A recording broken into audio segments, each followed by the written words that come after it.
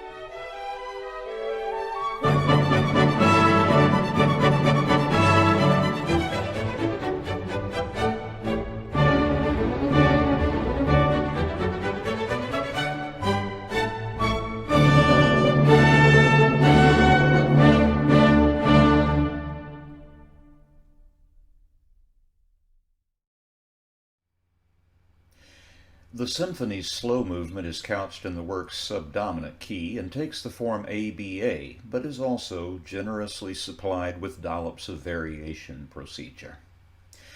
Theme A is constructed in 2 repeated strains, a familiar plan for movements of this type, with the second strain about 3.5 times as long as the first. That second strain includes a surprising digression into the subdominant region involving an extraordinarily expressive and long-held chromatic appoggiatura. During the reprise, this stretch of music will include Haydn's most remarkable excursion into the music of the future in the form of a great, winding, chromatically rich digression. I hardly know what to say about it, but I think you'll find it impressive when its time comes. The B section of the movement is, of course, a turbulent stretch of music in the parallel minor and related keys, and the return of theme A provides the expected relief. The most remarkable thing about this movement is perhaps its coda. In my running commentary, I've furnished an observation by H.C. Robbins Landon that I think will shed the appropriate light on this wonderful music.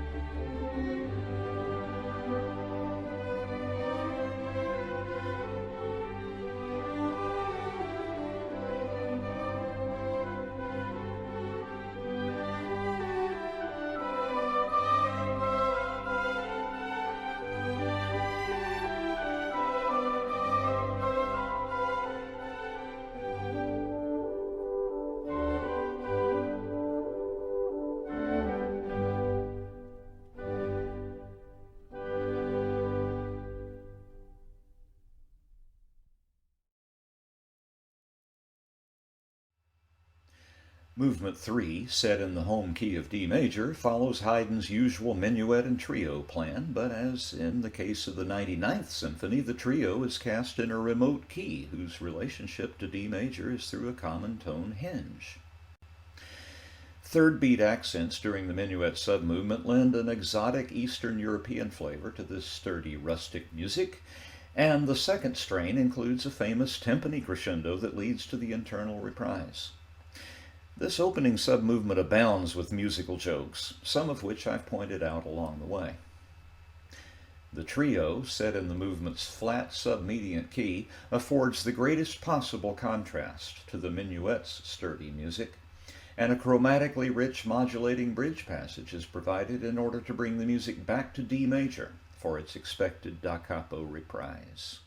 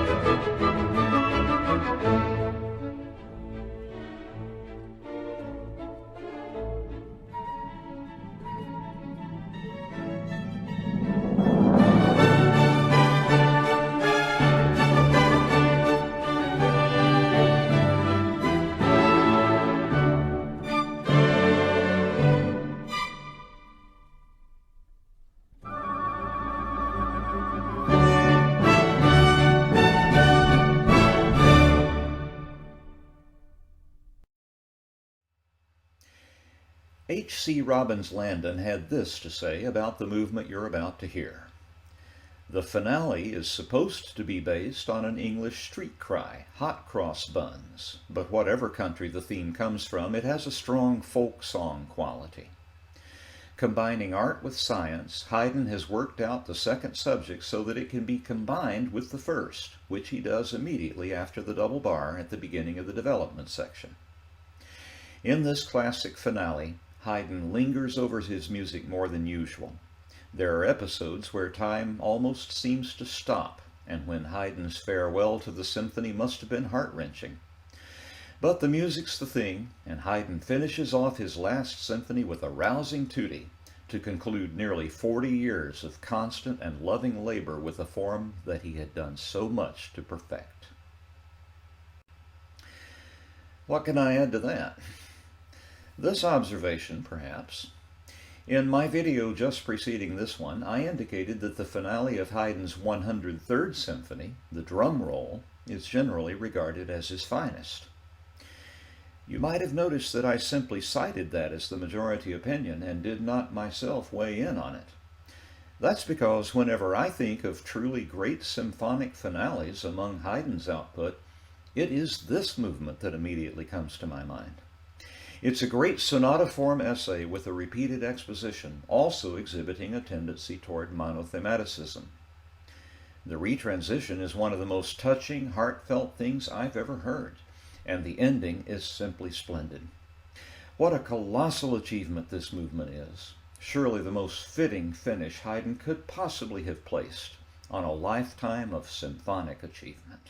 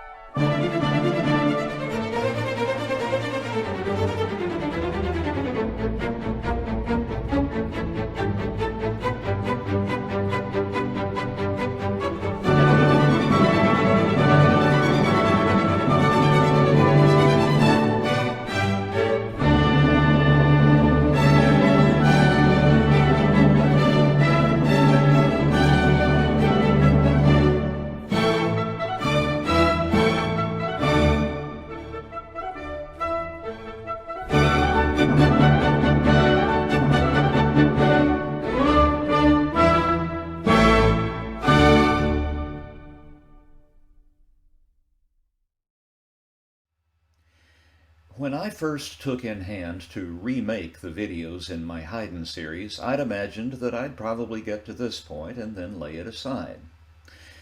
But as I dived ever deeper into these late works, I found myself more and more drawn to my memories of earlier Haydn symphonies, a number of which I've loved for a long time, and quite a few of which I've led in rehearsals and performances. So I think I'll continue this series for a while longer, beginning with the splendid symphonic triptych with which Haydn more or less launched his lifetime adventure in 1761. Stay tuned, there's more coming soon.